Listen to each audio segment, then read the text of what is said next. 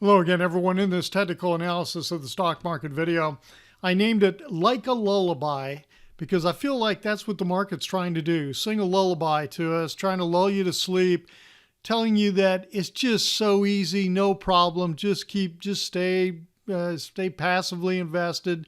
Just keep doing it. You know, this is easy. And I'm starting to hear people talk about another 10 years of the bull market. And honestly, I just shake my head. But right now, market hasn't broken down yet, so that's what we're watching for. And yeah, I do think we're getting closer. And some things are, some of the warning signs are starting to wave a lot stronger than they have been in the past.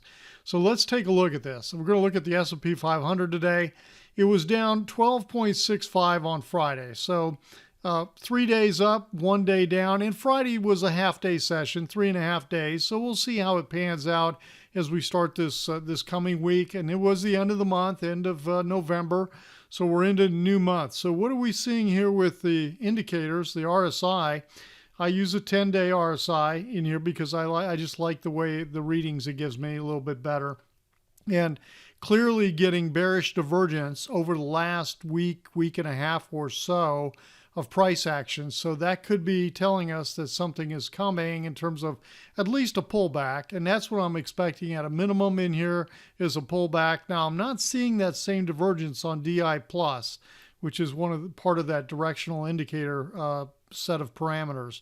So ideally, I like to see it on both. I'm seeing it on one, and we're not seeing a breakdown or close below the 10-day moving average just yet. On the weekly chart, the S&P was up 30.69 for the week, continues to push strongly to the upside. Let's take a look at the Elliott Wave picture. The Elliott Wave count that I'm working here is an ending diagonal count, an ending diagonal pattern. I believe that there's a high probability that intermediate wave 4 completed in December of last year, and that we're up in a fifth wave, which looks like an ending diagonal pattern. Now, if this continues to push much higher, and I'm doing some math, doing some comparisons of the wave structure in here, and looking at wave 3, looking at wave 4 has to overlap wave 1 in order to be an ending diagonal pattern. At some point, if this continues to push higher, this pattern of being an ending diagonal pattern is going to lose its validity. But right now, it's still very much a valid wave count, and I'm looking for it to pull back in a zigzag for a wave 4, then one more push higher for wave 5, and that should be it. So we'll see if we get this, short term with some of this bearish divergence that's showing up in here. Let's take a look at the VIX. Okay, the VIX popped up a little bit on Friday, up 0.87. The interesting thing, two things about the movement, that the price action that occurred on Friday. It closed back above that 10-day moving average, which it had been struggling to stay there. So now the challenge is going to be, does this continue to push higher? The other thing is it closed above the entire range of the last 3 days. So we haven't had a move like that in a long time. I mean, just if you look back and say, okay, when's the last time the VIX closed above the prior day range?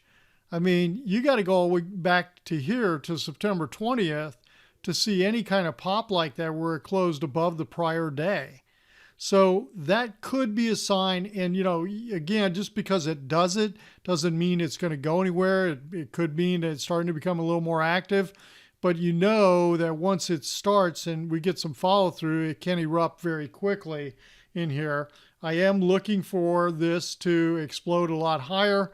Everybody starts thinking about the VIX as being elevated when it gets above 20. Well, here we are all the way down here. We've been closing below 12. As a matter of fact, the close that occurred on Tuesday was the lowest close for the VIX since August 9th of last year. So we've had some pretty low closes here on the VIX.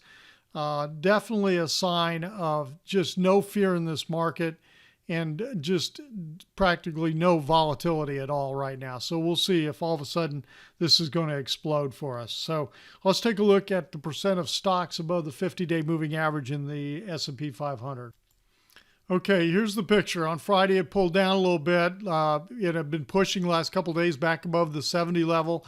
Again, what is the scale? The scale is between 0 and 100%, right? Because it can't be any, and it's not going to be any higher than 100%. It's not going to be any lower than 0. So what I've done is I created these zones between 20 and 30 down here at the low end for being oversold, and above 70 into 80 for being overbought. Can it get above 80? Yeah, and it has.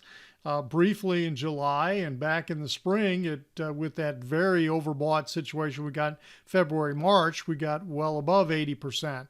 But, you know, here we are in the 70 to 80% range. We haven't broken down yet now. I say that this can sometimes be the ceiling, and clearly back in the summer of 2018, we just bounced around in this area until we finally broke down into the fall. And so there's no guarantee that just because you hit that range that all of a sudden you're going to crack. That's why when I look at this, I'm watching for this to break down. I thought we were possibly going to get it the previous week, not this last week, but the week before last, right in here. But we really didn't break down below the 62% level, okay? And so now watching to see, do we turn back down and make another run at breaking down in terms of the percent of stocks that are above their 50-day moving average in the S&P 500. All right, let's take a look. One more thing I want to look at, then we're going to take a look at oil, and that is the Japanese yen. Now, you know, the Japanese yen has a tendency to be a flight to safety when the market's cracking also. And the interesting thing that I looked at with the yen when I saw this pattern is this declining wedge type pattern here, okay? And that caught my eye, and we perked up on Friday, just like the VIX did. So it's going to be really interesting to watch and see, does the Japanese yen start to make a run at this trend line and break out of this pattern. And a lot of times when you break out of a wedge, whether it's a declining wedge or a rising wedge, you get to the beginning of that wedge very quickly. So we'll watch and see if that happens. You can see how the yen acted here in August with the move at the beginning of August, what the yen did in May, moving into June when the markets were selling off. And of course, you know, mid-December last year when the market was selling off. So watching this for some clues also. So that's another thing to keep an eye on. Let's take a look at oil. Okay, this is a big picture weekly chart of USO. Okay, so right now, I hate when it does that. I'm expecting it to finish this wave 5, huge cycle wave 5 down here.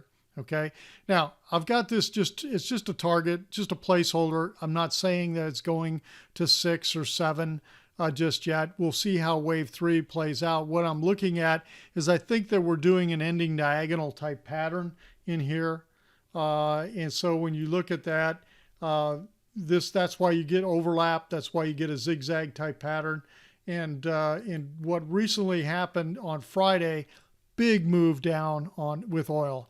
And I think that I've been watching this. I thought we were getting the break possibly back here, you know, the week before last, but then all of a sudden it bounced back up. What have we been doing since the beginning of October?